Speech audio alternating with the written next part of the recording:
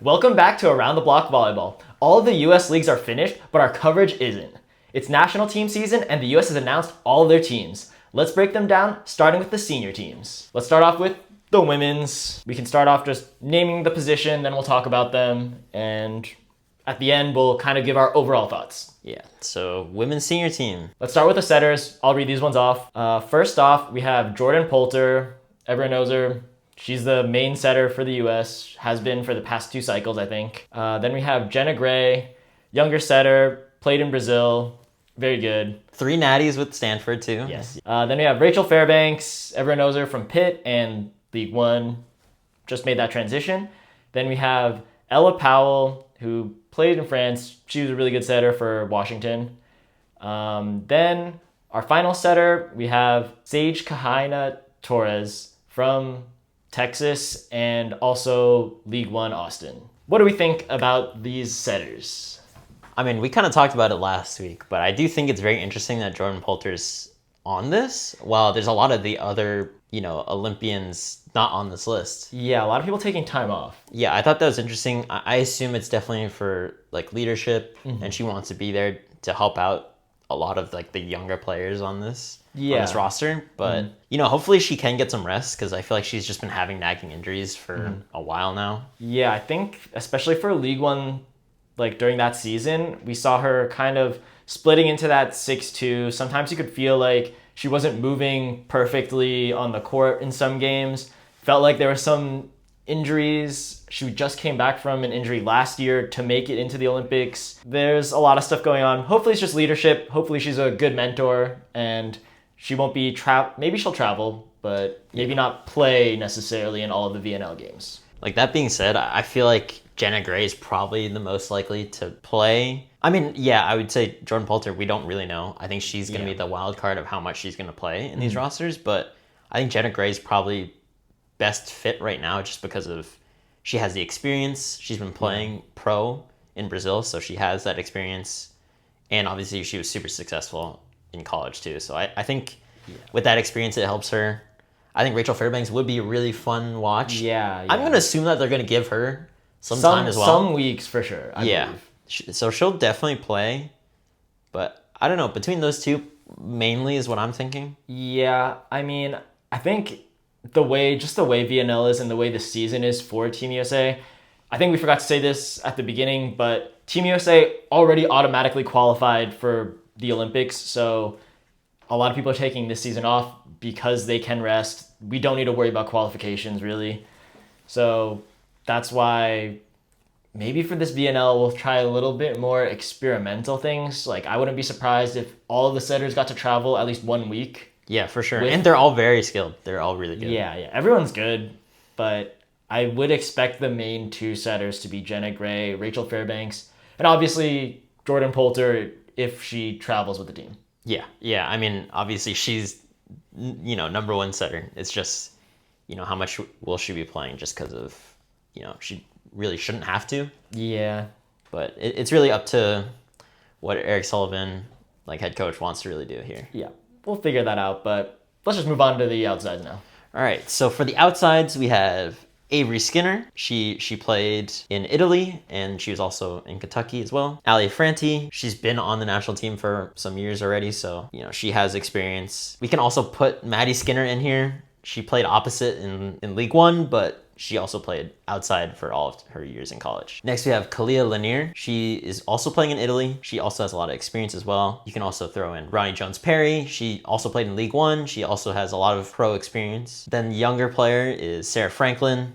She played at Wisconsin. She also just played in League One. Also have Mackenzie Adams, who played from League One as well for Atlanta, and Logan Eggleston, who played in Texas, but then she also was just on League One Austin. Yeah, so we got a lot of League One representation on this one. For sure. It's very interesting, I think, especially with Eric Sullivan. I mean, I kind of going off topic, but he is coaching next year for League One. For Austin. Yeah, so this is very, very interesting roster choice. I mean, we have the easy choices in Avery Skinner, Ali Franti, going to travel with them. Yeah, they're the best 2. Kalia Lanier also in that group. Those 3, if the U.S. is ever trying to win, will probably be the main outsides. Especially just because of the experience they've had with the national team already. So Yeah. And they're all playing at the top leagues in the world, so... Yeah, so I mean, those three definitely make the most sense. Yeah. And then I feel like it's definitely interesting to see what happens with like a Logan Eggleston, Sarah Franklin, like Maddie Skinner. The younger players. Yeah, because those are the younger players. And I mean, we already saw it for League One, and you know, Team USA already did this last year with Maddie Skinner. They threw her on the right side, and I think they could experiment with that again. We'll get to the opposites in a second, but it'll be interesting to see what they do with the younger players. Yeah. And I think it's important for them that they're going to definitely get playing time. Yeah. We'll just have to see how much. Yeah, I think she just got listed as like an old listing from them, probably like using the Texas listing for Maddie Skinner. But, well, she's most likely playing as an opposite. Yeah, I would see that. Finishing out thoughts on the outside, the only ones we haven't talked about yet are Ronnie Jones-Perry and Mackenzie Adams. They're a little bit older for the group, but I'd still like to see them get some burn. I think they're both really fun players. Yeah, it is a very young outside room. Like the core for that is very young, but those two have a lot of experience, and they both were playing really, really well in League One. So we'll have to see how they kind of slot in. Yeah, I think they can definitely fight for spots, and for sure. I guess depending on how things work out, because we still have 3 more years until the Olympics. Yeah. However these next 3 years work out, we could see that maybe they're playing at their best at that time. We want to put them in, so you want to give them some burn here. Yeah.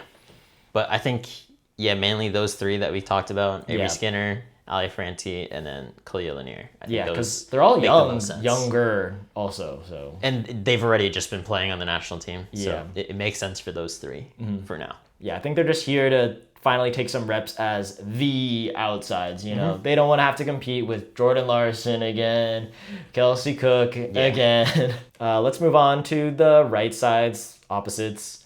First off, let's just repeat Maddie Skinner, League One.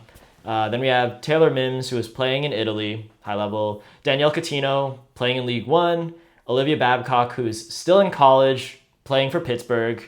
Then Logan Legnicki, who also is still in college and is playing for Texas A&M. Lastly, we have Stephanie Samedi, who just played in Japan. Honestly, the Japan level is raising every year, especially this past year, I think, when they open up the foreigner rules high level, so don't look down on that. And that's our list of right sides right now. Yeah, and I mean, to be honest, I would see it as mainly Taylor Mims, Danielle Catino, throw Maddie Skinner in there. Yeah. I think those three probably make the most sense. I feel like Catino makes a lot of sense just because, I mean, she's played with the national team already, so she has that experience for sure. Yeah, I think everyone else, mainly the two that are still in college right now, are definitely there just to get reps. And I mean, we couldn't, again, VNL is very week in, week out. We will never be surprised if anyone plays in a certain week. Yeah. But I think for the most part, they're trying to just get them reps in the national team, like senior national team room, get them reps that way with the best of the best. Yeah, I think it's just really helpful for them. Like, I feel like they've already done a post USA Volleyball of them in practice. I feel like that's just huge for them. So they can take that back into college, have that experience. So Logan Lednicki, Olivia Babcock, that's definitely really huge for them. But yeah, it wouldn't surprise me if they also end up playing as well. Yeah. I think everyone on this list will probably get at least 1 week playing in the VNL. Yeah. But we just don't know which week. We don't know if it'll be more than 1 week besides maybe the main people that we mentioned. Let's move on to the middles. So for the middles, we have Breon Butler. She also just played in Japan from Texas. Amber Igidi from League One. Anna Dodson, also playing in Italy. Dana Recchi, she was playing in Turkey.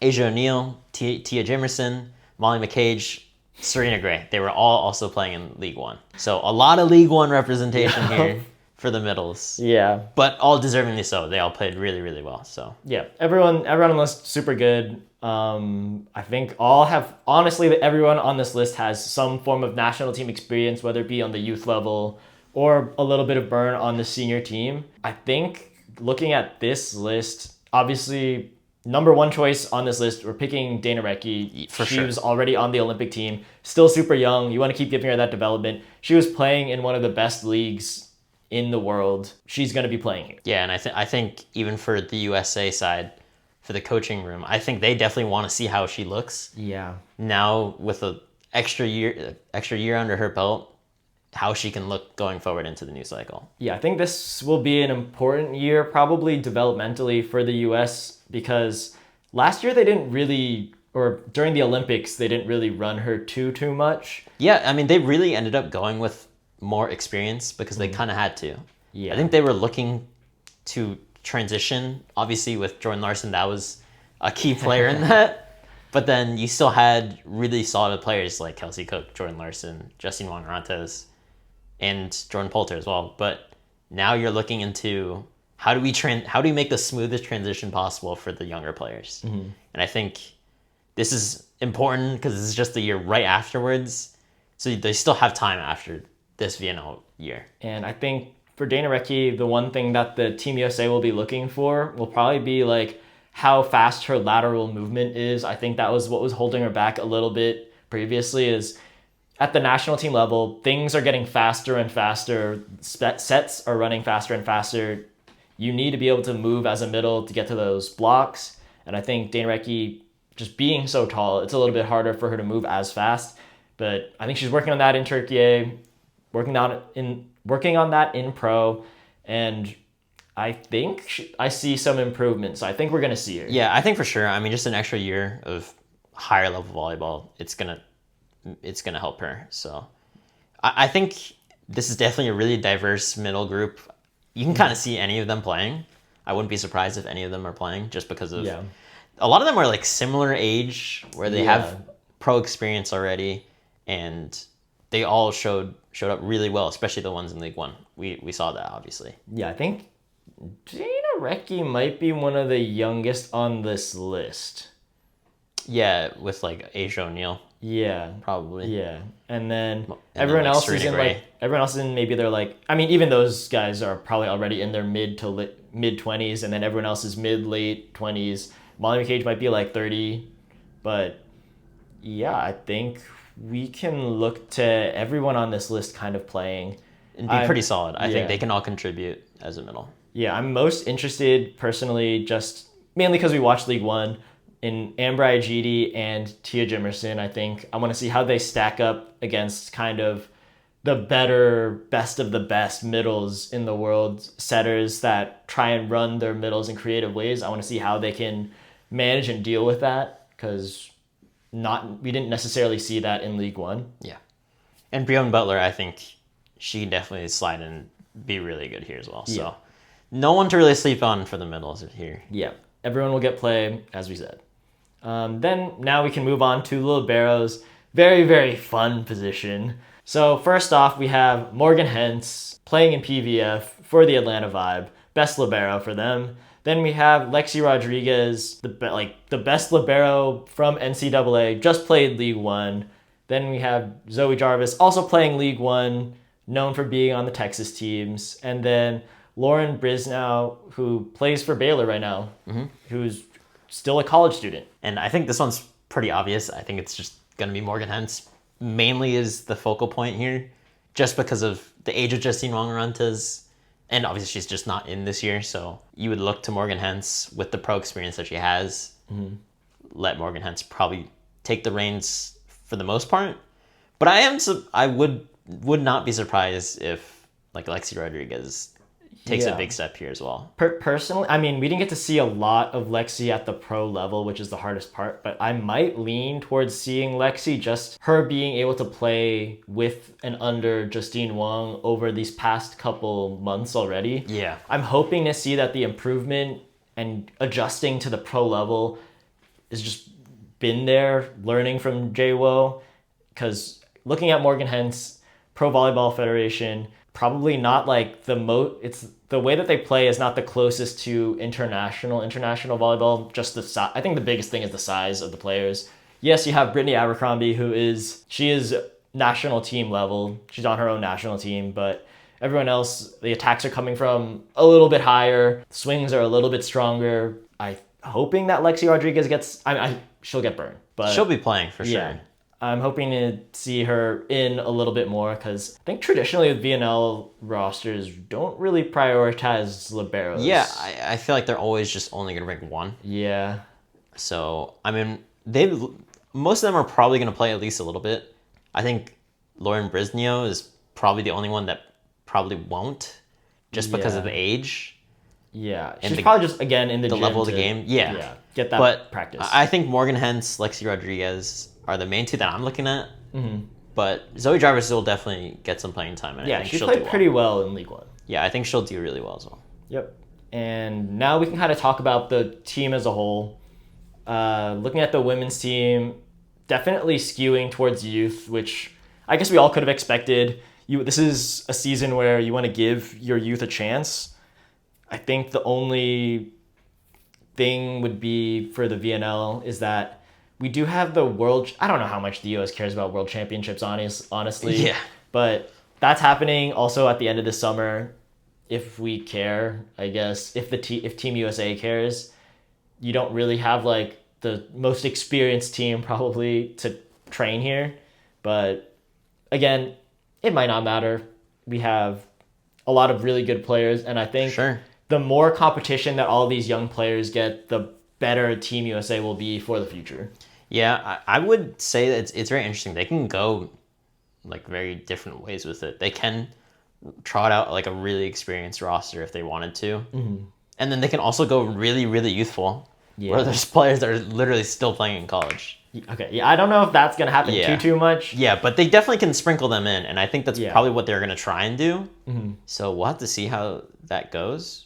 But I'm going to assume that, the usual suspects that we kind of mentioned are probably going to be playing. Yeah. And how do you think that they're going to fare at the VNL? Because looking at it myself, I didn't really know if we'd...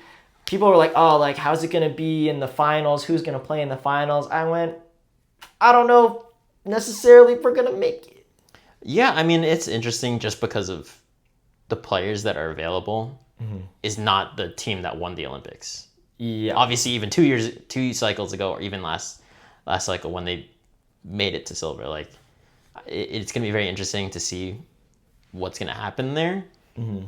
But, I mean, I think they'll be a good team. I don't know if I would say that they're going to win it, or maybe I don't even know in the finals. Yeah, but I don't know if that's really the goal. Yeah, I don't know if that's the goal for this year. Obviously, you want to win, but with the roster that they made up, they're going to try and win with the roster that they have, and I realistically don't think they can do that. Yeah, I wouldn't put it past them. Like, we want them to win, and it's going to be a really good group. But we'll see. I think they'll have a good showing, though. Yeah, a lot of other teams do have, like, looking at their rosters, a lot of other countries did send out, like, more of their senior, stronger rosters. Yeah. It might be in preparation for this World Championships coming up at the end of the summer. So I don't know how much we'll see any of the countries playing their full teams, but the U.S. feels like it's really skewing youngest. Yeah, so we'll see. I mean, they'll probably have a higher finish, but, yeah, medaling... Yeah, it's going to be tough. Yeah. But, I wouldn't be surprised if they still end up medaling. We'll have to see, though. Yeah, very interesting from the women's side. But let's move on to the men's senior team. Again, super young. This is going to be super interesting. We'll start off again, going position by position. Let's start with the setters. So for the setters, we have Quinn Isaacson, who just played in Poland. He's known for being on Ball State. We have Micah Ma'a, out of system, playing in Turkey this last season. Andrew Rowan, UCLA student who just played. Tread Rosenthal, Hawaii student, still playing. And then Michael Wright, who just played in Germany, who's known for being on Ohio State. Those are our setters, and definitely running very young. Yeah, really, really young. But the one that stands out is obviously Micah Ma'a. I feel like that one... Olympian. Yeah. He was already on the team. Yeah. He played last year in the VNL. Yep. And they let him play in maybe a couple games. So I think this is Micah Ma'a's time. I think they'll definitely let him, quarterback the offense here for the most part. But I wouldn't really be surprised if they run the younger guys as well. I think they probably want to just see how it looks. Yeah. So I don't know. We'll have to see what Karch is thinking. I am really interested because This is an interesting one. It's crazy that you have Andrew Rowan and Tread. Yeah, both When of you got them two is a of them little really crazy. young. Yeah, when you have two really young setters in here, hopefully they get some playing time. Obviously, they had really good seasons as well, so we'll have to see. Yeah, and they're competing against, like, the other guys are pretty experienced now. I mean, Quinn Isaacson, that Poland is one of the top leagues in the world. Yeah. So he's playing at a super high level, and it's just a little different playing at that level versus still the NCAA. Yeah, for sure. But I do want to see everyone kind of get a little bit of burn because especially Andrew Rowe and Tread Rosenthal, those are the two young setters of the future, to quote everyone. And I think it could be super interesting. Yeah. But realistically, Mike Amaz probably Yeah. should be playing in those big games for those weeks. But Yeah. we'll have to see. It'll be really fun. Yeah. And then let's go to the outsides. We have Caleb Jenis. He's playing in Finland. Kyle Insing, I mean, he played right side, but they just listed him here. He's playing in Poland.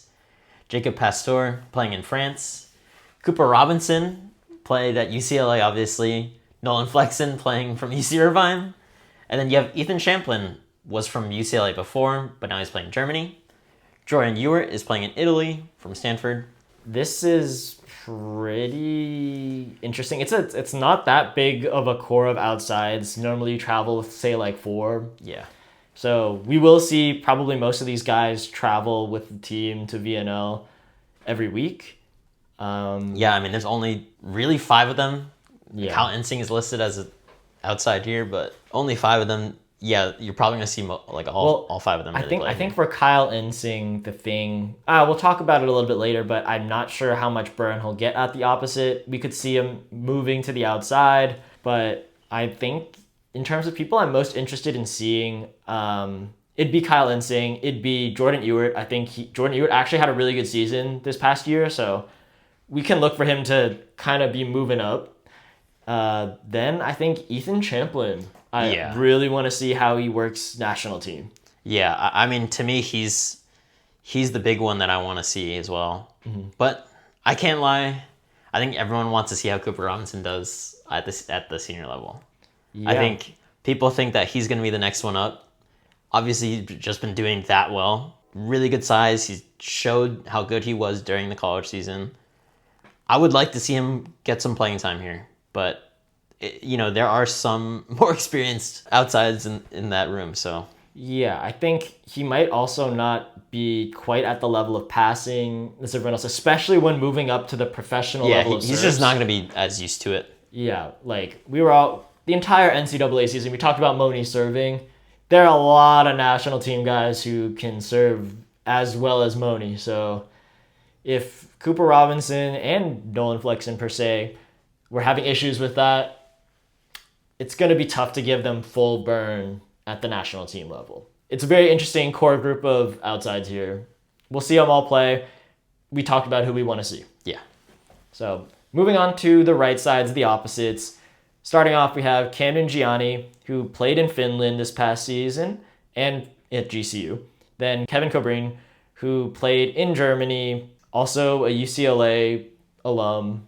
Classic. Then Gabby Garcia, who was just playing in Italy. He played at BYU. He's been ineligible to play at the national team level for the past 2 or 3, whenever he declared that he was moving to become a U.S. citizen. Then Kyle Hobus, who played in Austria from CSUN. And then Zach Rama, who was just playing in UCLA. This is going to be tough. This one is difficult just because I think everyone always sees Matt Anderson, and you're just like, wow, he's the epitome of I don't think right anyone, side for USA. I don't think anyone will be able to meet that Matt Anderson level, but if anyone here, it's definitely going to be Gabby Garcia. I mean, the U.S. has been waiting on him to join year after year, being like, is this the year that he can play? Is this the year that he can play? Here we are. He can finally play. He's been playing in Italy, top league in the world. I can't imagine he won't be the main go-to guy at this right side position. Yeah, I agree. I think it'd be really interesting to see how he looks with the USA group. I think it'd be really fun. Yeah, I think he is the type of player where we're going to see a lot of highlights moving forward. Yeah. Everyone else, I'm sure, will get some burn. We'll get playing time. We'll get brought week to week. But for the games, the weeks that the U.S. is probably trying to win, I think we're going to see Gabby Garcia. I think so too. I think it would be interesting too if, Ware does like a no-one flex and also play. I think it's the same thing with like Kyle Ensing. Kyle Ensing has been playing right side for a while now, but it's just interesting to see where they'll move around for pins. Yeah. I mean, even technically Zach Rama. Yeah, Zach Rama for could sure be too. An outside. I mean, outside, right side. I mean, Yeah. you could definitely see him playing either. Yeah, very interesting, but I think specifically right side, we have our main go-to guy. Yeah.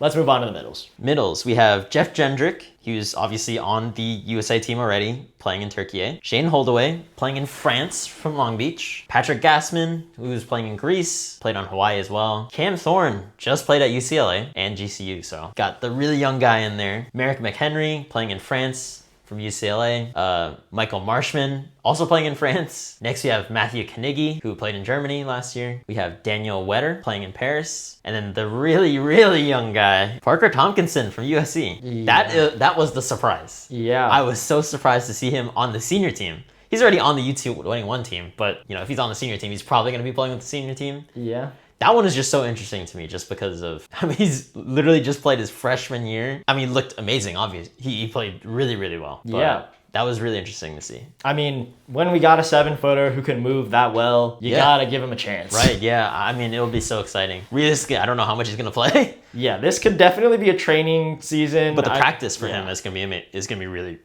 really nice.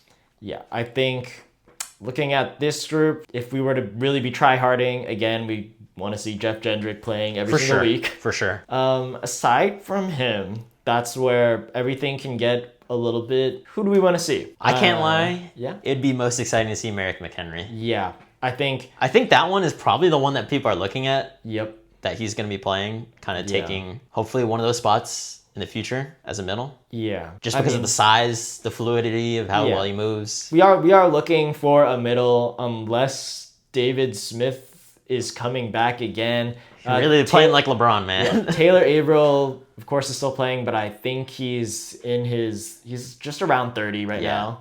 So Max we'll see. Holt. Yeah. It was an older core. Yeah. Jesus, I forgot about Max Holt. Oh my God. Jeff Jendrick was already there. He played he's been really good for them. Taylor Averill has also been really good for them. But I think you are looking for maybe the younger middles that can really contribute. Yeah, I think this is how we're trying to determine, okay, this is the real position where I think across all of the age groups, we're looking at, okay, this is what we need for our national team for this upcoming Olympics.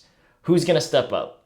Yeah, this is a really big transition for the men's team. Yep. This is the biggest tryout, and I'm excited to see who they pick. Obviously, we don't have behind the scenes for Team USA. We don't know how the practices are going, but I really want to see Merrick McHenry.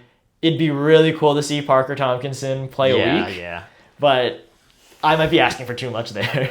I also do want to see Patrick Gassman. Yes. I was excited for that. Yes. It was really cool to see that he was on the roster. Mm-hmm. There's a lot of really good middles here. Mm-hmm. It's just so interesting because besides Jeff Jendrick, they haven't really played much national team. Yeah. So it'll be really, really fun to watch just because of the big transition that they have to make here with the middles. Yeah, we'll see how everything goes. This is the hardest call for sure. Then let's just move on to the liberos. Another very, very interesting position.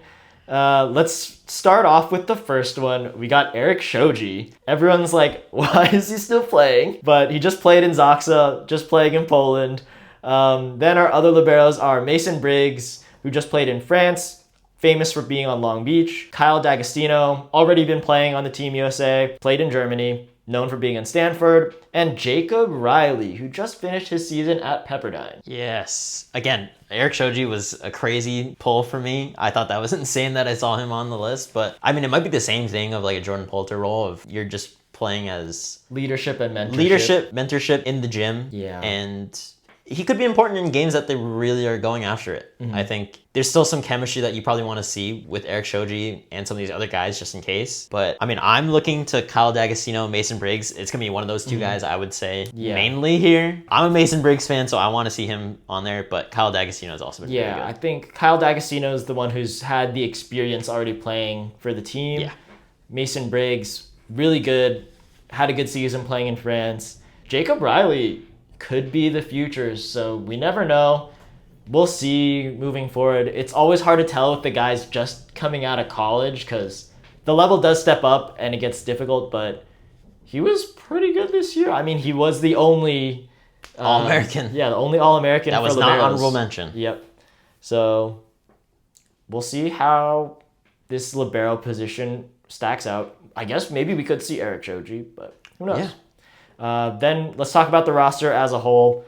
I think relatively we still have a pretty competitive roster, honestly. Yeah. I don't think we're particularly like national or internationally. I don't think we're particularly lacking. Micah Ma'a, top setter in the world. Outsides, we still have some of the top outsides in the world playing at the highest level. Right side, obviously we had Gabby Garcia, as I was talking about. He is one of the best right sides in the world. The middles, that's where we can get a little bit mixed up. We're not sure about that position. Maybe that's our weaker link, especially in weeks where Jeff Jendrick sits. I don't know about weaker link, but I think just experience with the national team, maybe, I guess. Yeah, I'm going weaker link relative to how strong the rest of the U.S. roster is looking. Yeah, like. we'll have to see. I think that one will be interesting just because of, obviously, you're going to want like 2 or 3 middles Yeah, I think also per week, but you kind of want to look at the fact that, I guess it sucks, but none of the middles for the USA right now are necessarily playing at like in Italy or Poland or anything like that. So, or even Turkey besides Jeff Jendrick. But those are the like 3 top leagues. Maybe Russia, I guess, if you want to count that. Those are like the top leagues in the world. You kind of want those guys who have that experience, but that's my only reason why I think the middle is quote unquote the weaker link for this USA roster. yeah.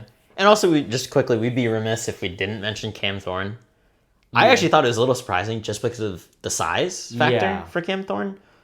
But he's an amazing athlete. I think it'd be really cool to see him get some playing time. We could see some games. We could see something like Argentina, how they have that. Yeah, I mean, they have really good middles that very good laterally and explosive. But they're also undersized. So maybe Cam Thorne. I think a lot of people are doubting that he's going to make it at the international level like this. We'll have to see, man, because I mean he has looked very, very good.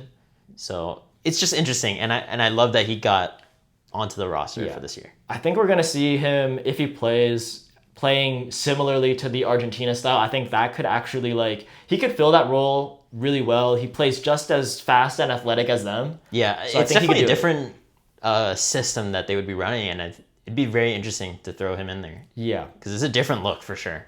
Yeah. That would be the most interesting thing for me if the USA actually leans to him, because that would be switching up the traditional USA middle style. Right, yeah. But yeah. Then moving on to libero, we still have pretty good libero. I mean, anytime we need a win, we'll just bring in Eric Choji, I guess. Right, yeah. So I think that's a no-brainer, but I think, we already talked about Mason Briggs, Kyle D'Agostino, those are going to be the guys. Yeah, makes sense. And now let's move on to the younger teams, the under 23, under 21, under 19 teams. We're going to go through them a little bit faster because the experience is less there. The competition that they're playing at, not as high level, not as international, but still going to be super fun to watch these. Let's start off with the women's U23 playing at the Pan Am Cup of some kind. I get confused with those competitions. Yeah, it's confusing. Yeah. Hard to keep track of. Yeah, but we're going to start off with the setters again. First off, we have Avery Carlson, who played at Texas. Caroline Kerr from Tennessee. Ella Swindle, also from Texas. And here we are, under 23. Basically, everyone's still a college student. Right, yeah. So, yeah. This could be interesting. This is going to be really fun. I mean, Ella Swindle obviously was on the really big stage when she was playing to win that national championship 2 years ago. That one is very interesting, but it's, there's only 3 setters here, so it's a smaller group, but... Yeah, but it's also only one competition. Right, so. yeah. It'll be really interesting to see who they decide is going to be... Yeah. Maybe a main setter. I don't know if they even will really do that. Yeah, these ones are always going to be hard for us to tell because I feel like we need a lot of chemistry knowledge for what's going to happen, and we have none of that because they're only playing with their college teams. Right, yeah. But I'd be looking forward to the setter role. I think it's going to be really important for sure. So we'll have to see how that goes. Yep. And on to outsides. So for the outsides, we have Chloe Chicoine. She was at Purdue last year. Chicoine, she transferred to Louisville just for this upcoming year. And her partner in crime from Purdue, Eva Hudson, is also on this roster. But she transferred to Kentucky as well. I think those two will be really fun to watch. Yeah. We have Ava Martin, who is at Creighton. Lauren Rummel from Oregon State University. Nora Sis was also at Creighton, and then she just played for the Orlando Valkyries. Champions. I think this is a really interesting group for the outsides. I think the Purdue players, ex-Purdue duo is going to be really interesting. I will say I think Chloe Chicoine is on the shorter side, so that will be interesting. But, I mean, Eva Hudson, I could definitely see her being a mainstay. Yeah, I mean, I don't think they're necessarily going to be playing against the biggest players just because it's Pan Am type stuff. But I personally want to see Ava Martin and Nora Sis. Yeah. I enjoyed them this past year in NCAA, so I want to see how they do. I guess we won't really see because it's one competition. Right, yeah. So we'll see when we get there, but it's a very interesting group. Yeah, that'll be a tough decision to see what's going to happen there, but I think there's a lot of really good outsides here that I think it feels like they can really do it all. So I think it's exciting that that's kind of the route that they went. Yeah, I think anyone could make this team. For sure. It's hard for us to tell, but anyone could be playing at any given moment. We don't really know. Yeah. But let's move on to the opposites. Let's start off with the most popular player on this list, probably, Merritt Beeson. She just played at Nebraska. She just played for the Atlanta Vibe in the PVF. Super popular. Then we have Devin Kahahawai, who was just playing at Texas. Then Journey Robinson, who does switch between right side and outside for just this past season LSU. And we could see a mix of these players. I mean, Merritt Beeson is technically the one with the pro experience now. Yeah. I mean, she's the one that, I would expect to be playing. I think she'll do really well. Yeah, my only worry is that I feel like ever since the trail end of the NCAA season, she's been on a little bit of like an up and down, inconsistent streak where sometimes she'll be popping off. Other times she not turns invisible, but she's not being as dominant as we sometimes see her. Yeah. So we'll see when we get there. It could be her. It could be anyone else as well. Yeah. It's a small group as well. There's only 3 of them. Yeah. So we'll have to see going forward. Yep. To the middles. Middles, we got Brooke Baltimore. She was at Kentucky. Raven Colvin, she was at Purdue, and then she played in the PVF for Grand Rapids Rise. Ifena Kos Okpala, she played at Texas A&M. Kara Cressy plays at Louisville. Mariana Singletary plays at Texas, or played at Texas, and I think she's going to UCLA. I mean, these middles are all really good. I think Raven Colvin has been very interesting to see her transition to pro level. She was really good for Purdue. But, I mean, Kara Cressy was really, really good for Louisville. And she has the size for sure. Yeah, I mean, she was already one of the best blockers in NCAA. Yeah. So that, in my mind, that means that she's probably going to be the best blocker of this group. Yeah, it's tough. I mean, Mariana Singletary, when she was playing, she was good for Texas. It was good spark plug, I would say. And then Brooke Baltimore was also really good for Kentucky. It's a pretty good core of middles here. And they're all pretty tall too, so they have size. Yep. I guess probably more the lateral movement that'll differentiate them. But let's move on to the liberos. There's only 2 of them. Lauren Braceno, the libero, who was she was also part of the women's senior team roster. So she's playing at Baylor right now. And then Emmy Kalika from Pittsburgh, and also just this past season on the Orlando Valkyries. These only 2 liberos, and presumably we're going to see the one who's on the senior team. Yeah, we'll have to see. I mean, or she's just going to be with the senior team. Yeah. I don't really know how it's going to go here. Yeah. We'll have to see, but I mean, still both really good liberos here. Yep. So. And then we can talk about this overall roster. It's basically just like a college team, kind of. Right, yeah. I think it'd be interesting to see all 3 of the Purdue I guess some ex-Purdue players. Right. Yeah, I guess all ex-Purdue players now. Yeah. All ex-Purdue players playing together again. That could be super fun. I think this team should still medal at the Pan Am. Yeah, I think what will be most important to me is probably just going to be the setting and the lid play. Yeah. I think that'll probably be the most important here. I'm not really too worried about the outsides. I think the outsides, whoever they pick, Yeah, they'll whoever's be good. playing is going to do really well. Yeah. The middles, I feel pretty confident as well. I feel like we have very dominant middles also. Opposite could be interesting. We could see a really good Merritt Beeson. We could see someone else as well. But yeah, this is a good roster. I'm confident in us medaling, doing well. Everyone should get some hardware from this competition. Yeah. Then let's move on to the women's U21 team. Now we're really getting into pure college, but not too much overlap, I think. So let's go over this, starting with the setters again. We have Charlie Furbinger, just played in Wisconsin, Taylor Parks, just played at Florida, and Stella Swenson, who was just at Minnesota. I think Charlie Furbinger's going to be really, really good here. Yep. It's going to be really interesting. I'm really looking forward to seeing her. Yeah, that's my top pick. Just because, I mean, she was so great at Wisconsin. She did such a good job. I'm curious to see how she does. Yeah. In, more international play. Get her started just because I think just this a is freshman. This competition's also like some sort of like Pan Am type thing. Yeah. So again, not playing top competition, but still good people there to play against. But we can move on to the outsides. We have Blair Bayless, played at Pitt.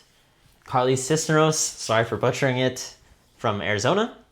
Brooklyn DeLay from Kentucky. Next we have Cameron Gabadlo, sorry again for butchering names here, from University of Utah. Abby Vanderwall I think she's committing to Texas. Those are the outsides.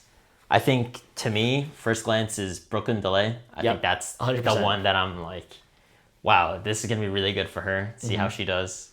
Just because she had such a dominant year at Kentucky. So that'll be really interesting. Yep. Yeah, I think she's just the main look here. I think it'll be interesting just because of Abby Vanderwall. Yeah. She's just coming out of high school. So Top prospect. one of the top players, hasn't even played college ball yet, so Yeah, this could be good I'll be experience. curious. And it's also like a good look into maybe how she'll look at Texas. yeah. So that'll be really important.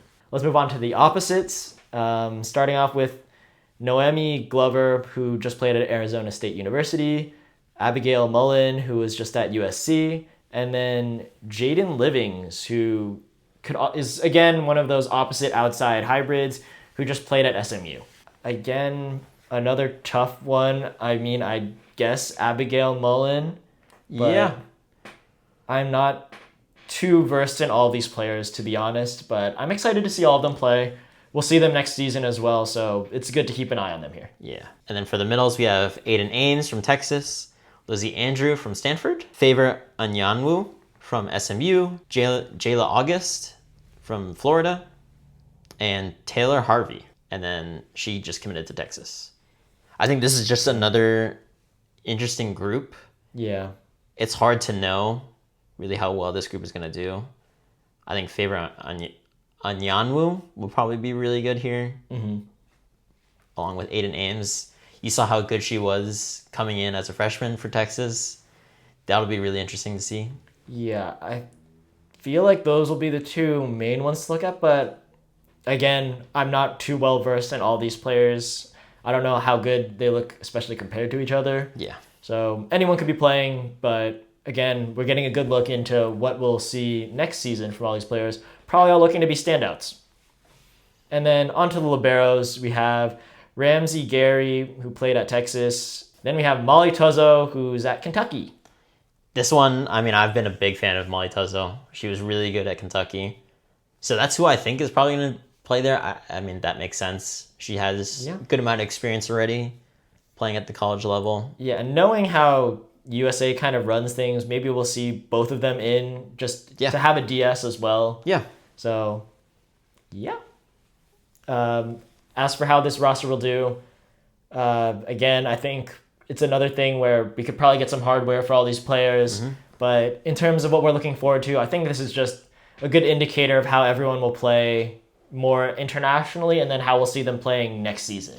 Yeah, I think just key players is going to be Charlie Furbringer. Yep. I'd say Brooklyn DeLay. It'd be interesting if Abby Vanderwall gets some play just because of, again, coming out of high school. That's going to be probably a step up at the level. And then Molly Tuzzo. I think those are going to be the main ones I'm looking at that would have like a big impact for this team. And now we can move on to the men's U21. Again, the same sort of Pan Am competition that they're playing at. Let's start off with the setters again. We have Caleb Blanchette, just at USC, Jacob Little Phillips from Winter Park High School and committed to Stanford, Tread Rosenthal, the 6'11" Hawaii setter, then Trent Taliaferro of UCLA, playing behind Andrew Rowan. Yeah, Tread Rosenthal is here, and Caleb Blanchette, so... Yeah, I mean, I just don't really know what's going to happen with, is there a conflict between the senior team or not? Yeah. But if not, I mean, Tread Rosenthal obviously, would make a really good slot in here for the setter. He's also, when you're looking at international level, you want that big blocking presence from your setter, so... And Caleb Blanchette will also be really good here, so... Yep. A good young bunch of setters for sure, but those two guys are the ones I'm looking at. And then for the outsides, we have Kahale Clinny from UCLA, Sterling Foley from USC, Riggs Guy from UC Santa Barbara, Cole Harkey from Pepperdine, Finn Kearney from Hawaii, Sean Kelly from UCLA. After Sean Kelly, we have Victor Loyola. We have Sebastiano Sani from Long Beach, and Merrick Turner. And he committed to USC or UCLA. Yep. Looking at this group, I mean, I really like Sterling Foley. Cole Harkey and Finn Kearney are going to be interesting as well because they were both right sides for their teams. Yeah, and then to Kelly. me, Sean Kelly is got to be in there. Yeah, I think I'm mainly looking at Sterling Foley, Sean Kelly. Yeah, I kind of was under the assumption Cole Harkey was going to play right side. I'm not really sure. I'm interested to see what's going to happen with that because I think they were outsides who just got put at the right side. Yeah, but we'll see. Really exciting group of outsides here, though. Yep. I think it was a lot of standout freshmen that played really, really well. So it's going to be tough to see who's going to end up actually playing here. Yeah, this group's looking pretty elite, actually. Yeah, I mean, you had a bunch of guys that were starting for their team. Yeah. At top teams, right? And Sterling performing Foley, well. Sterling Foley was the other outside on USC, and USC was a really good team. Mm-hmm. Sean Kelly, obviously, they went all the way to the national championship, and he was a big part of that once Ido David went down. So, some really good young guys on the outside.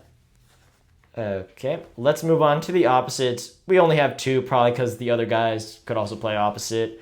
But the two that we haven't named yet are Grayson Bradford, who was just at high school at Miracosta, committed to UCLA. And then we have Kainoa Wade from Hawaii, just played. I think we saw him a couple times as a serving sub, at least of my memory. We could see him there, but I think realistically we're probably going to get that Cole Harkey, Finn Kearney. But man, I mean, I would be so excited to see how Grayson Bradford looks. Mm-hmm. I feel like everything that you see about USA, like high school volleyball, it's mainly from Miracosta. That's one of the big schools. And Grayson Bradford was a huge reason why. Yep. I think there's been a lot of really good guys recently that came out of Miracosta. But Grayson Bradford will be really interesting to see. For the middles, we have Joshua Arroyo from UC Santa Barbara, Jackson Christ from Sage Hills. I think he's committed to Long Beach. Yep. Micah Goss played at UCI. Trey Jordan from GCU. Justin Todd was at Hawaii. And Parker Tompkinson is still here from USC. Yeah. Again, a very strong group. I think Trey Jordan just committed somewhere. I'm not really sure. Let's see if we can find But out. yeah, looking at the rest of these guys, if Parker Tompkinson's on this team, we're going to see him playing. Micah Goss, another big standout here. I think those should be two of the main guys. Trey Jordan, we could see him. Justin Todd was actually pretty good for Hawaii, honestly. But I don't know if he's better than these other guys. Yeah. Oh, yeah. Okay, so here. Trey Jordan, he committed to Hawaii. Okay. So, got Another two Hawaii guy, guys. Yeah. So, I mean, there's a lot of really good middles here. Yep. So, obviously, I think if Parker Tompkinson is available, he's definitely going to be playing here. Yep. Micah Goss has been really good. Justin Todd has also been really good. Yep. Trey Jordan was a really good fill-in for GCU as well. So, a lot of really good middles here, I would say. Yeah. Middle's a strong position. And then let's go on to the liberos. For our liberos, we have Rowan Alviar, just at Princeton, Johnny Dykstra of USC, and then Kellen Larson of Long Beach.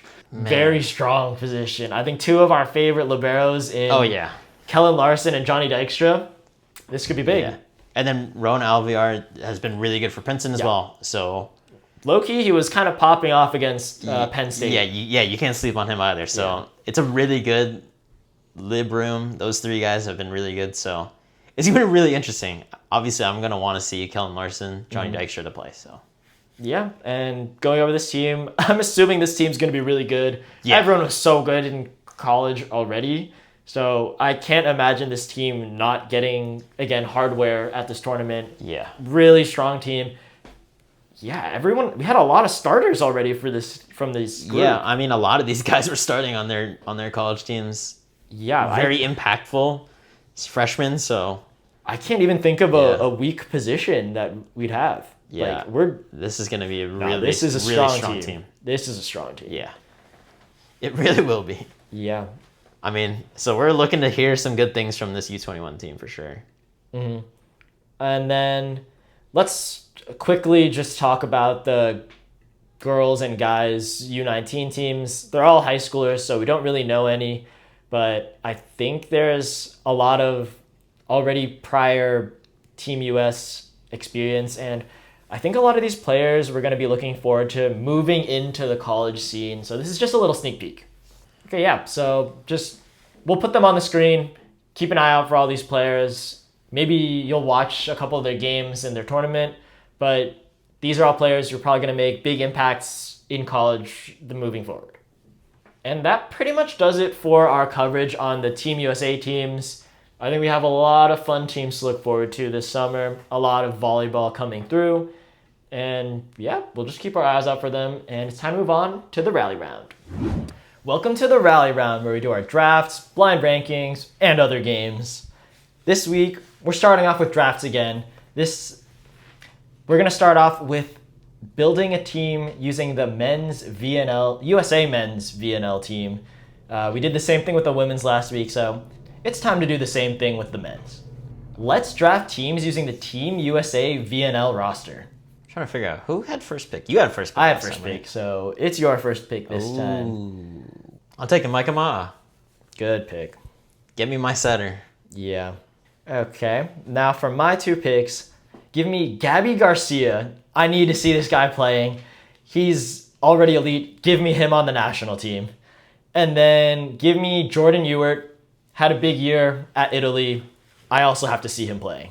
For my lib, I'm going to take Eric Shoji. Let's go. All right, you got the experienced guys. Got the best guys. I got no leadership on my team like that yet. So I got the leadership. I think I want to grab, and I want some flexibility here. I'll kind of figure out for later, but I'm going to take Colin Singh. Oh, dang. Good, because obviously he's been playing right side, but I feel good if he plays either outside or right side. Okay, yeah. I want to know on my team too. That was definitely looking at him for my next pick. Then let me finish out the outsides. Give me Ethan Champlin. Again, super good. I think this pairing of outsides I have will be elite. All right, then for the middle, I think my team does need leadership. Give me Jeff Jendrick. I need some experience. All right. I want to see him playing. So give me Merrick McHenry. I might want to take my other middle here. Yeah, I think that's the strategic thing to do. I'm taking my guy. I'm taking Parker Tompkinson, baby. Oh Let's my go. God. The leadership and the youth. Got a really big front line here. Okay, now we're done with overlapping positions. I want to rock with the future. Give me Andrew Rowan as my setter. We already have Ethan Champlin. Get them back together. We got the chemistry. Let me just move on to libero. Give me Mason Briggs. Give me the youth. Oh, Mason's one of my favorites too, but had to take Eric Shoji, man. Again, I'm gonna keep rocking with him. I think he's next up. Let me get Cooper Robinson. Yeah, actually, I'm gonna move Colin Singh. I'm gonna keep him on the right side. I'm gonna take Jacob Pasteur. Really liked what he did at Ohio State, playing in France right now.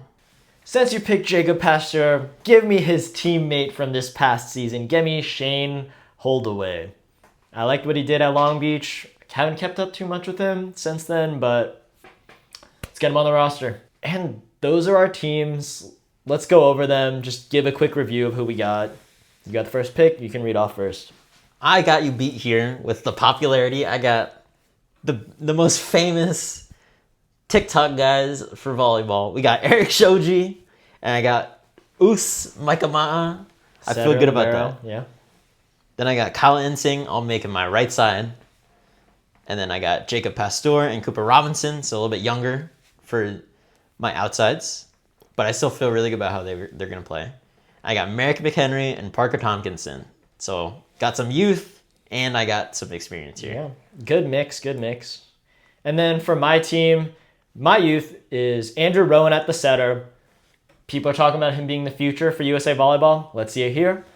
Ethan Champlin and Jordan Ewart as my outsides. Gabby Garcia as my right side. Then we got Jeff Jendrick and Shane Holdaway as my middles, with Mason Briggs as my libero. So we got two pretty competitive teams here. Yeah, this should be a good battle between our teams. We both have some experience. Yeah. A lot of youth. This roster in general has a lot of youth. Yeah. So this will be interesting. Who do you guys think won? That's a pretty interesting draft. But this time we have two drafts. We are sticking with the drafts. We created a build a team with $21 kind of sheet. So yeah, you've seen this from a lot of other sports. Usually like basketball is like the main one that we've taken this from. You made your own list here, like a chart. So we tried to have some fun with it here. Yep. Let's draft NCAA men's teams using $21. We got the chart here. Oh yeah, we are cooking. Everyone here was All-American in some kind. Have 7 players. Setter, 2 outsides, 2 middles, opposite, and libero. I'm first pick this time. Yeah. Just did the draft. For my first pick, give me National Player of the Year. Give me Moni Nikolov. Man, yeah, that's tough. That's tough when you take him first. Yeah. You have to, though. You Have have to. Ooh, there's so many ways to go here. Yeah. The budgeting is the hardest part. Let me take one of the best guys here. I'm going to take Cooper Robinson. And to follow that, I think he was really solid for the team. I'm going to take Skylar Varga. Take my outsides here. So that's $8 for me. Give me the two best budget picks here. For my libero, give me Kellen Larson. Damn it. And then for my opposites, give me Christian Tetrisky. Oh, man. I think those are the two best budget options on this list, and I got them. All right. This is tough now.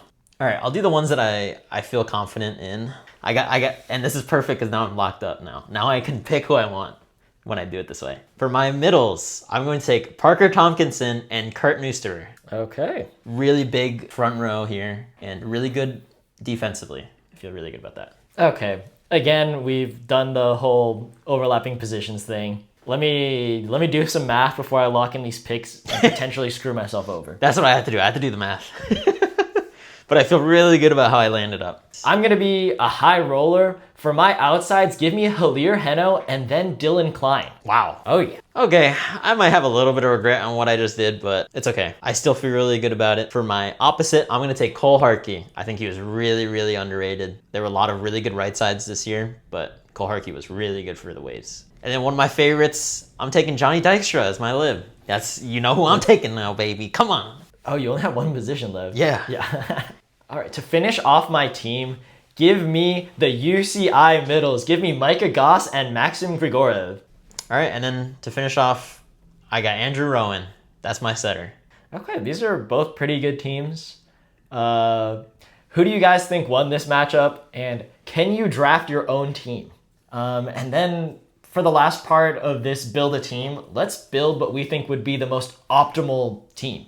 Can you beat our NCAA team built with $21? Okay. Okay. Now. This is tough. Let's build our optimal team. What do you think? I feel like setter is like a big one that I want to get right. I think we just need to do what I did for the liberos and opposites. I think those are the two budget picks that are like actually OP. I can agree with that. I think I just like hesitate on like maybe getting like a Jalen Phillips. I'm like, because we could really, if we take those two, then it frees us up to like spend pretty big elsewhere. That's true. And I think it could be good for us. Okay. Yeah. So we can do that then.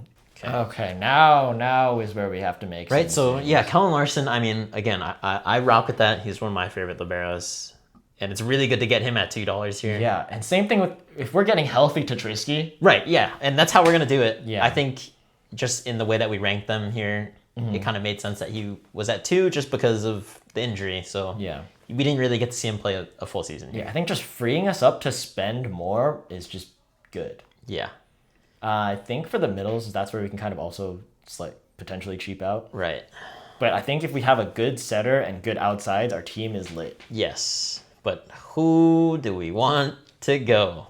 Wait. Let me. What was our cost right now? We're at 4. We're at 4. We have plenty of money. Never mind. I was about to say, what if we go crazy right now? We go Moni, Halir, and Cooper. I mean, we could. It's just Grigorov and Kurt. That's actually not bad though. That's kind of lit. Because I mean, if we go like a little bit lower, what are the middles that you really want here? You know, that's what I'm saying. Yeah. Which is kind of tough. Like just looking at it, like Micah Goss, I don't want to spend 5 on a middle. I don't like it either. I don't feel very good about it. Yeah. Parker Tompkins is the only one where I'd be like, maybe we spend a little bit, but it's like Micah Goss, is that better than getting like a Dylan Klein instead? Or like a Ryan Barnett instead? And I don't really know. Versus like a Grigorov or Kurt. That's what I'm saying. I guess maybe like in terms of like the step up, because I feel like having Cooper and Halir is like actually like broken. Yeah, it's pretty OP. And Moni? Yeah, it's pretty OP. Is that not right, like we disgusting? We can do it. Okay. All right, then you want to say it? I announced the first 2, Okay. so you announce all these ones. All right, these 3 at least. Let's not put it off here. Let's take the best player in NCAA. We're taking Moni. I think the service pressure is going to be insane with him.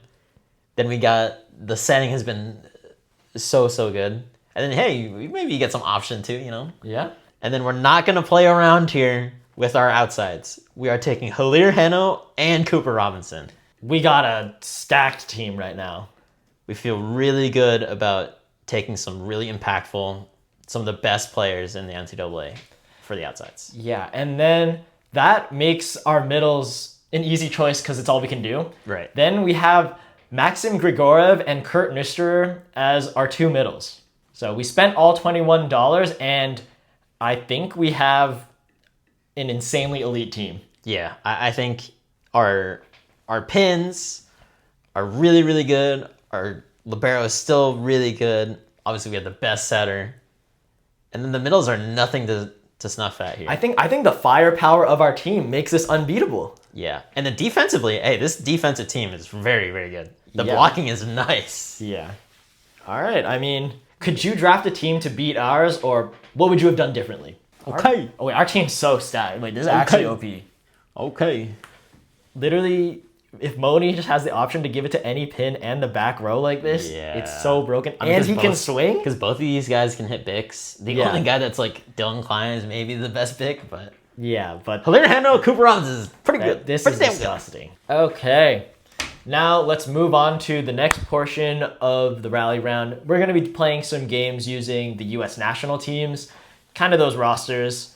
So to start off, I'm going to ask Mike to name the top 5 colleges with Team USA players. It's with both genders. So can you name the top 5 colleges with Team USA players this year? This is both genders and all of the teams. I think the easy one is to say UCLA. All right, UCLA at number 1 with 16 player representatives. Damn! Yep, very heavy. There are actually 7 teams to name here because there's a 3-way tie for 5th place. I feel like Another one that's pretty easy is Stanford. Stanford is tied for number 3 with 7 representatives. Wow. Is Texas on here? Texas is number 2 with 15 representatives. Wait, what? Think about the women's teams. This is all ages? All ages. Oh, okay. Yeah. Okay, that makes sense then. Think about across all ages. I know, because I'm like, there's no guys. There's no guys. No that are guys. playing for It's being Texas. carried heavily by the women. That's crazy. The same thing with UCLA for the men. I mean, yeah, for sure. That was number 2? that was number 2. Okay. You have number 3 and then all of the tied for 5th. Wow, this is tough. Number 3 does have representatives from both genders. That's where I thought it was like a Stanford, because there's some guys. They are tied with some girls. Stanford. Oh my god. This team has history with another one of the teams already mentioned. Is it Long Beach? Is Long Beach one of them though? Long Beach is tied for number 5. They have 6. Okay. That one's definitely carried by the guys as well. Yeah. But yeah, this team is another one of the teams that has history with another one of the previously mentioned teams. And you can think more than volleyball even. Is it USC? USC is at number 3, tied with Stanford with Wow. 7 representatives. Wow. I mean, that's definitely diverse too. Yeah, it has girls and guys Yeah. there. The last 2, I think, are skewed each in one gender each. One is men's mostly, and the other one's pretty much all women's. They're tied with Long Beach, so they each have 6. Is one of them Nebraska? Nebraska, not this time. Okay. I was trying to think about. I'm like, there's a few of them, but I don't know if there's Yeah, that I think many. a lot of the Nebraska players aren't playing this year. Yeah. Usually there would be a lot of them. though. Yeah. Normally it would be Nebraska heavy. Oh man. Okay. Which one do you want to start with? You want to start with the men's? Let's women's? see the women's. Women's. This school has a national championship within the past 5 years. Oh, is it Penn State? It's not Penn State. Oh, okay. Let me give you the biggest hint. Only one word. This is probably all you need. Sisters. Oh, at Kentucky? Yep. It's Kentucky? Kentucky Wow. is tied for number 5 with 6 representatives as well. Oh yeah, you had the 2 from the U21 team. For the last number 5 one is carried pretty heavily by the men's, and we have a couple players still playing there right now. It's not Hawaii, right? It is Hawaii. It is, They're wow. the final team. Oh my they God. are tied with 6 at number 5. So these are the top 7 represented schools in the U.S. national teams. Were you guys able to guess them?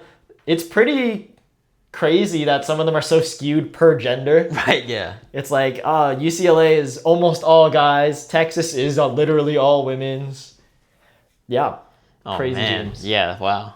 Let's move on using that kind of idea where now let's try and name all of the players who are U.S. representatives from certain schools.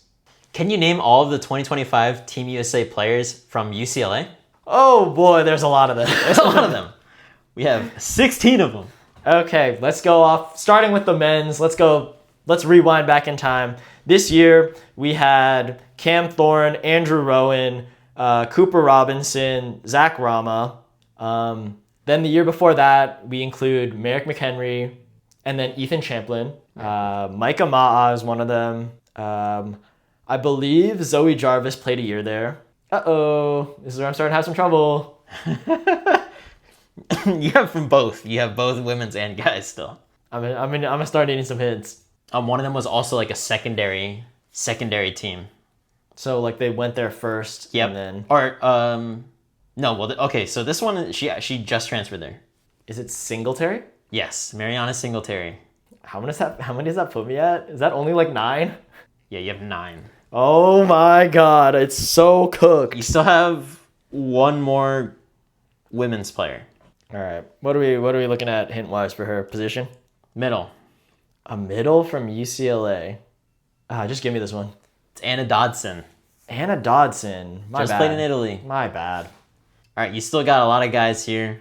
Yeah. Wow. Some of them are young. You still have some of I still have some of the young guys. You have some of the older guys still. Well, the younger guys. Well, you got one more older guy if you want to knock that one out. Position? Opposite. How about Kevin Cobreen? Yes, he played at UCLA first, and then he did his grad year at USC. Okay. And then we're looking at more guys. All guys left. Yeah, I mean, 2 of them are are young, and then 3 of them are on the team right now. On the team right now? Yep. Oh my God, I forgot people on the team right now. Oh, Sean Kelly. Yes. Jesus, I forgot. Yes. I keep forgetting the younger teams. Yes. Oh my God. Still a lot more. Yep. There's a freshman that's on UCLA right now. UCLA. He did not play that much though. Okay, that's where we have problems. Because of a certain player. There's a reason why he didn't play that much. Are we looking at the setter? Wow. Like he played certain games definitely and he did well, but Andrew Rowan is the setter, so it's the other guy. I don't even remember how to pronounce it. Doesn't he have a hard name? Yeah. All right, you got me on that one. Trent Taliaferro. Taliaferro. And then you got one more that was still playing. Position? Outside. Okay, so one of the outsides that's not starting. Okay, you want me to give you like the biggest hint ever? Yeah.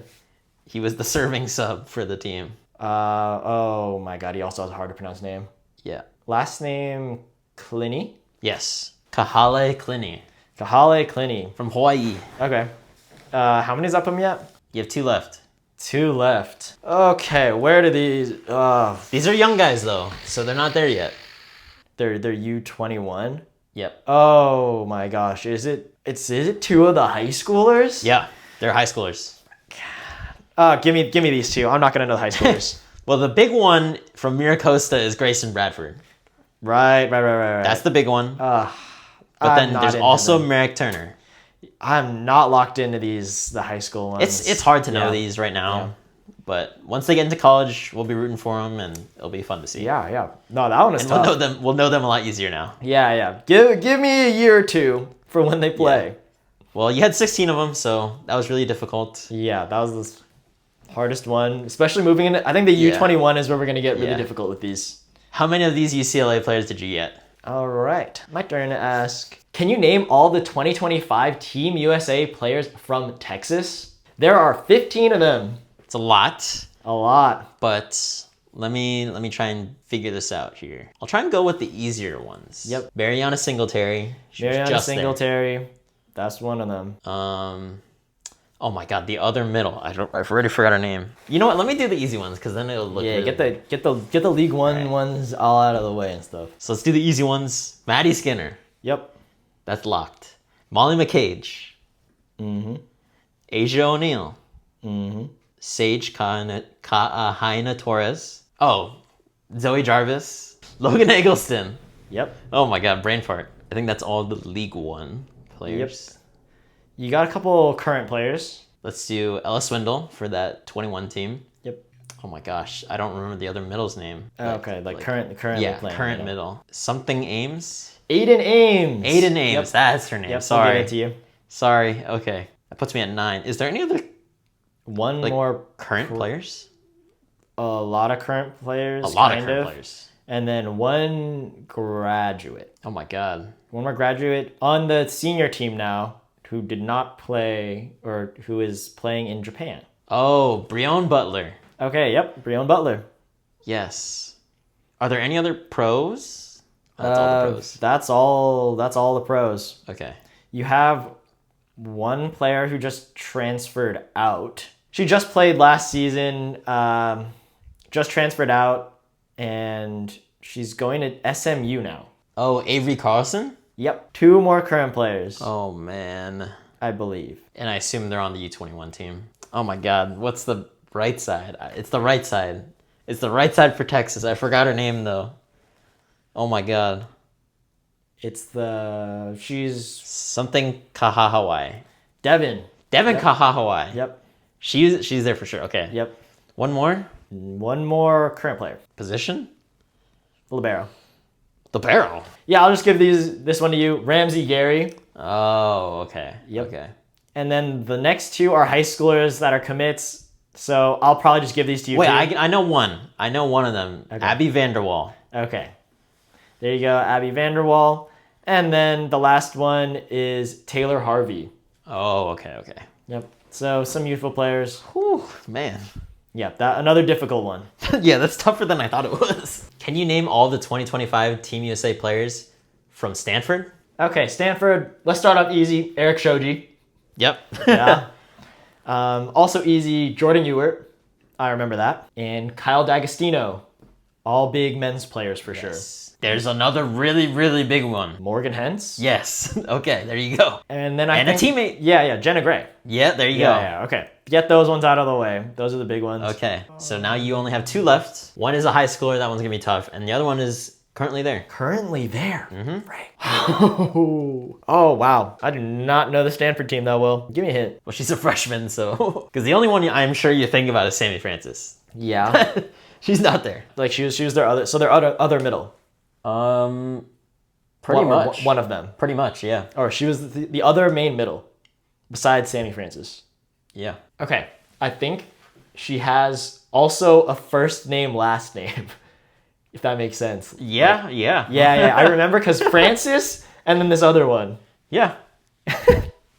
It's a guy name, if you want to put it that way, I guess. Something Andrew? Yeah. It's something Andrew. Elizabeth? Lizzie Andrew. Lizzie Andrew. And then your last one, I can give this one to you because it's a high schooler. Okay, yeah, I'm not getting that one. Jacob Little Phillips.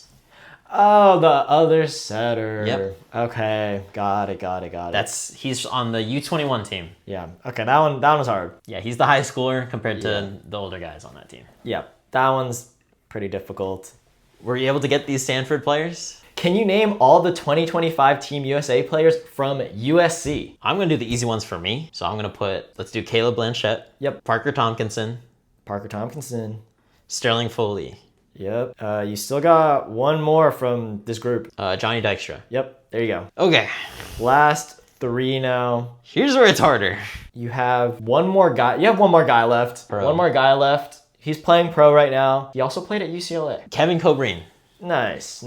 And then the last 2 are women's players. Currently there? One is currently and one is older. And we talked about her being like one of these main outsides. Right. Easy one, Kalia Lanier. Yep. Can't forget that one. Had to refocus back to the women's. I know, yeah. USC we have a right side. Currently playing there. I don't know if I got this one. Yeah, so it's Abigail Mullen as a right side. Yep, for the U21 team. Right. Pretty difficult again. Were you guys able to guess these players? Now for our next segment, we're going to go on to the best plays for some of the NCAA teams that we wanted to highlight now that the season's over. So first off, we're going to start with UCI, the best UCI plays of the season. So here are top 5 plays from UCI this season. Let's start off at number 5. We have Hilir Heno ending a long rally between UCI and Stanford with a line bounce. Absolutely disgusting. That's what happens when you let a lefty swing on the right side. Yeah. They can do things like that, and it was gross. That shows you sometimes even a guy like as skilled as Hilir, he can still just destroy a ball even on the right side. Yeah. Freaking nasty. Oh my god. Okay, now at number 4, we have Shane Aiken making a serve receive, diving one-armed against Concordia. It was just perfect. What a save. Of course you got to win that point too. Yeah, and it was literally perfect. Yeah. One-arm diving, perfect pass. Oh my god. I don't know if it gets any better than that. No, definitely not. At number 3, we have Micah Goss doing a little fake attack into a set over to Hilir Heno for the kill. Remember, this guy's a middle and a freshman. Oh my god. The freshmen are built different now. Oh my god. This guy is different. Oh my god. That was crazy. He definitely could have tried to swing himself, but he gave the free ball over to Hilir to get the bounce. Oh man. He knew that would be the highlight play. And it was. And then at number 2, we have Nolan Flexen with a crazy block against Tetrisky and Hawaii. Let's watch it first.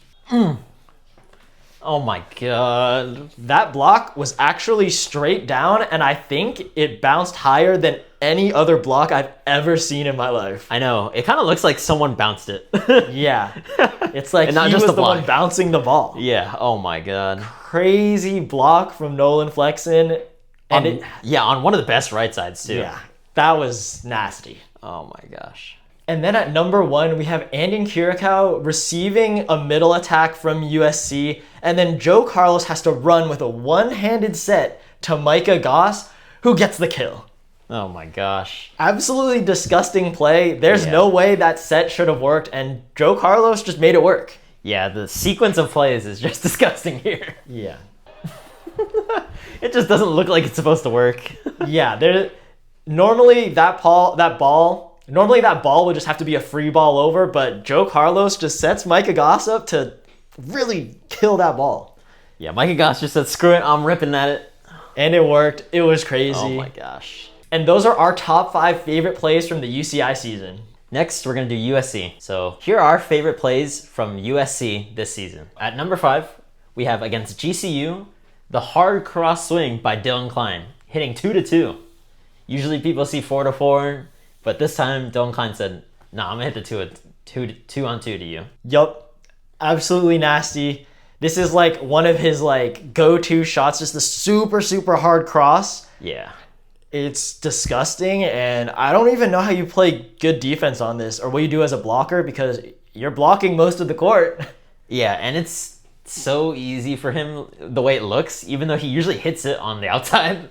But even on the right side, he did it, and it looked really easy to him. Looking casual. All right, and then at number 4, we have versus Penn State, Johnny Dykstra with the one-hand save on the layout to a kill by Dylan Klein. Nasty work by Johnny Dykstra. That just arm flipping up to get the dig. It was perfect. Yeah, the one-hand flip up and then save, kill Blanchette, back set. Dylan Klein takes care of the rest. At number 3, against BYU, Dylan Klein skies up for a joust and wins and makes it look super easy. I don't think anyone has any business making it look this easy. Really good save from USC.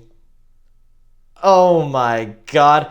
Put him on his butt and stared him down. Dylan Klein. Jesus, he has a family. And then the slow-mo doesn't make it look any better. Oh God. Bro has his armpit over the net.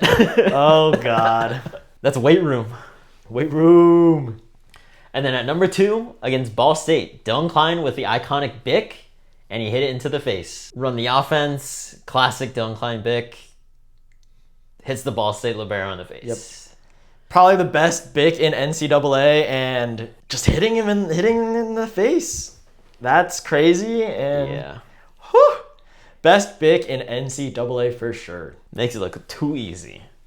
And then at number 1, against GCU, Sterling Foley faking the Bic into a butter set to Dylan Klein to get the kill. Sterling Foley, you have no business setting a ball that perfect on like a back set. That was not an easy set too. Oh my God. The body position that he was in was already really difficult. A jumping back set like that, absolutely nasty, and good job Dylan Klein got the kill.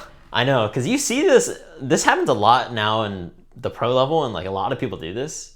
But I don't know, just the angle of this one, it just looked too crazy. It's like cross court basically. Yeah, it was a perfect set too. Yeah, Jesus. 1-on-1. Oh my God. Shout out to Sterling Foley, getting fancy on it. Yeah. Those were our favorite plays from USC this season. Now, let's move on where we're doing a couple more roster predictions for the NCAA Women's.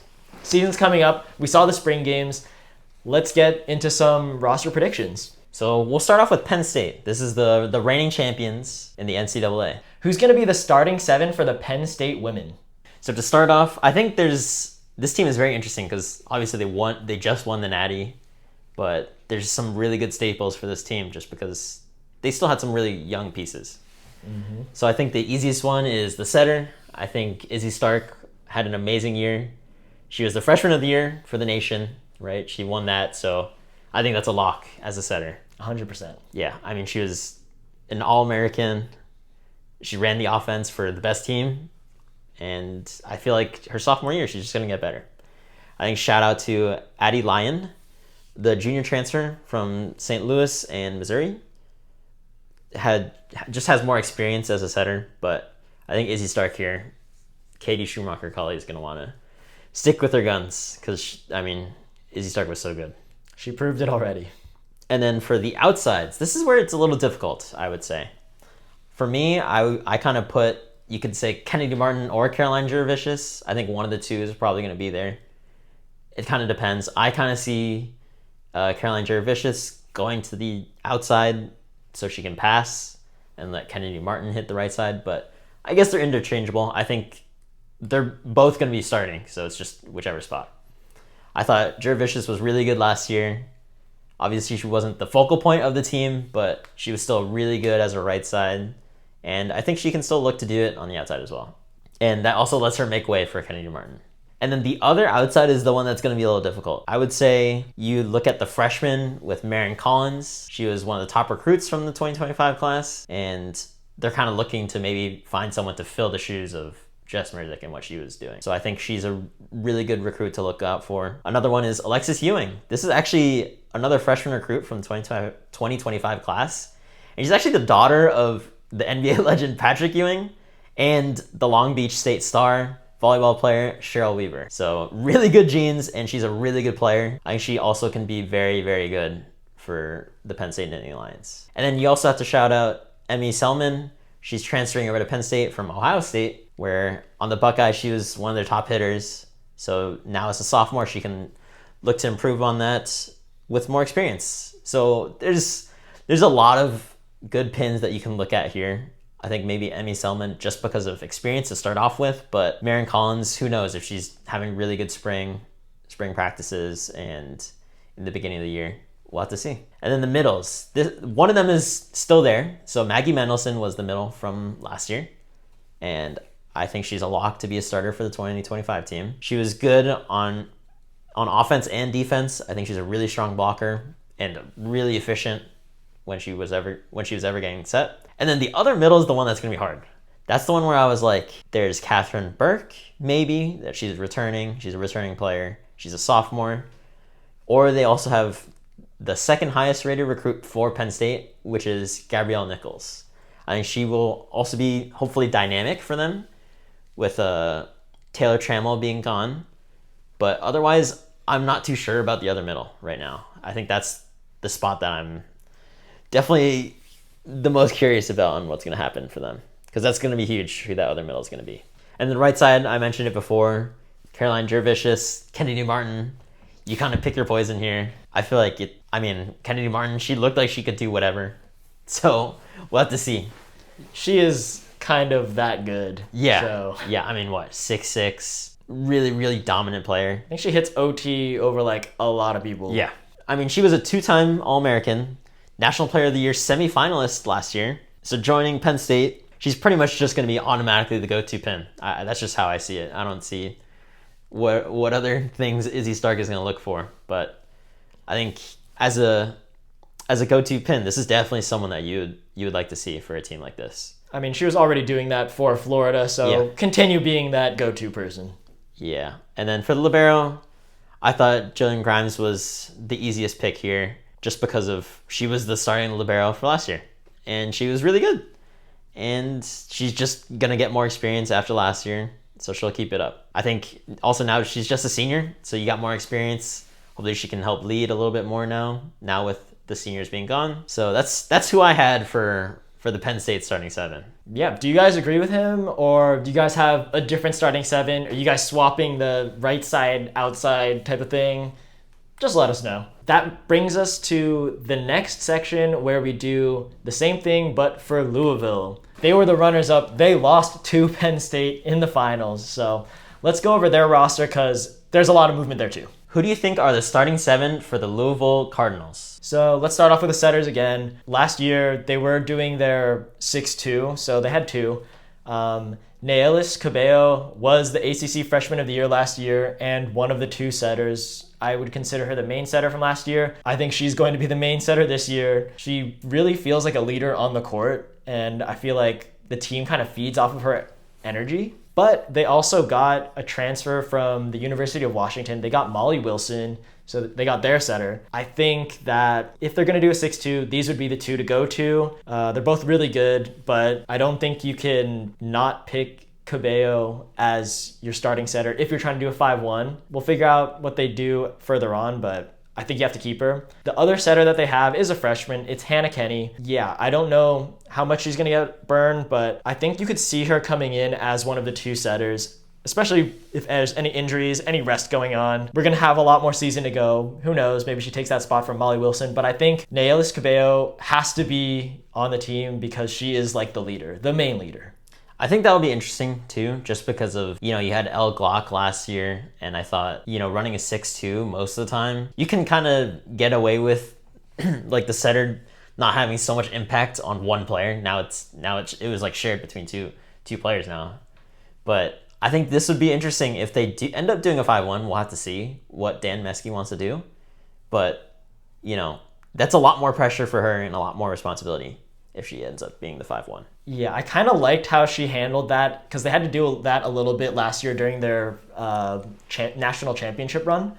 I think she handled it really well, and I think she felt like she was taking over in terms of giving the team energy. And especially when missing Anna DeBeer and Elena Scott, you need a new leader for the team. Yeah, I agree.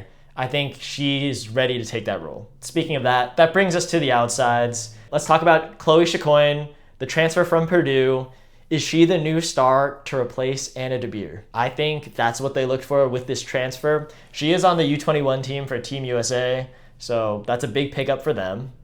Yeah, I actually really like this pickup. I think it's a similar player. I won't say that she's just as good as Anna DeBeer. I don't want to really compare them, how good level wise, but the style of play, I think it's very similar. I think Anna DeBeer is a better blocker, so maybe that's something to look for with Chloe Chacoin if she can get better at that. But a very do-it-all, play defense, serve receives, and get a lot of kills. I think that's something that Chloe Chacoin can definitely do herself. And now for the other outside, I personally think it's going to go to Peyton Peterson. She had really big performances in that national championship run last year. I think she she brought in the energy that they needed when Anna DeBeer got injured. And she actually won a couple games for them. So yeah. I think she probably is ready to step up. I think she can have some more big performances.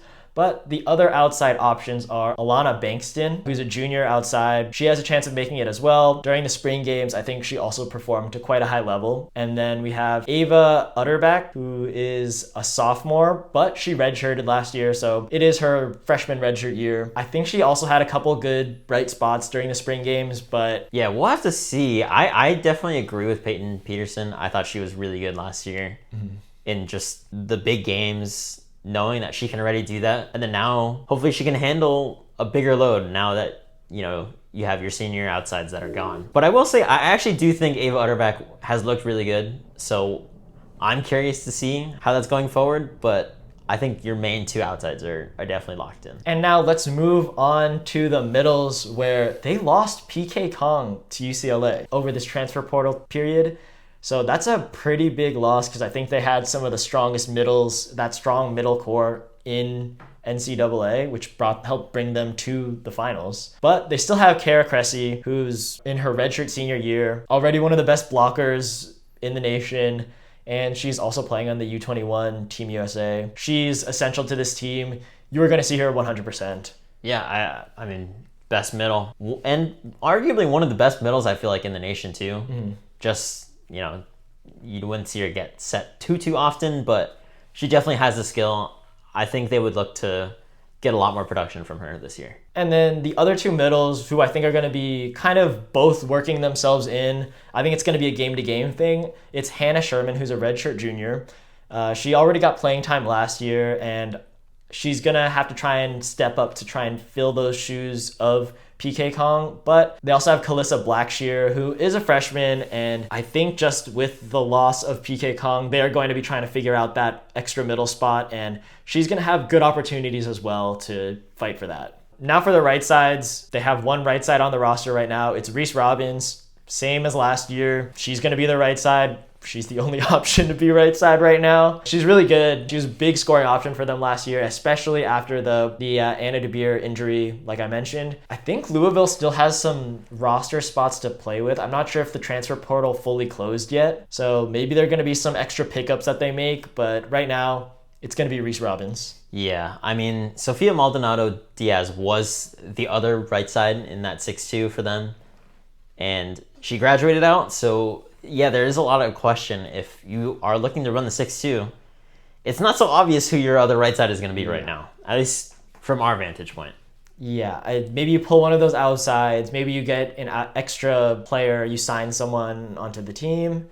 But it's going to be difficult. We'll see now what they try and figure out and do with their 6'2", 5'1". Now, let's move on to the liberos /DSs. The number one option we have right now is Camden Strand, who's a junior, and she was the main DS last year. So now with Elena Scott graduating, I think she's the one looked at to take over as the main libero. But those are big shoes to fill. So trying to be one of the best liberos in the nation.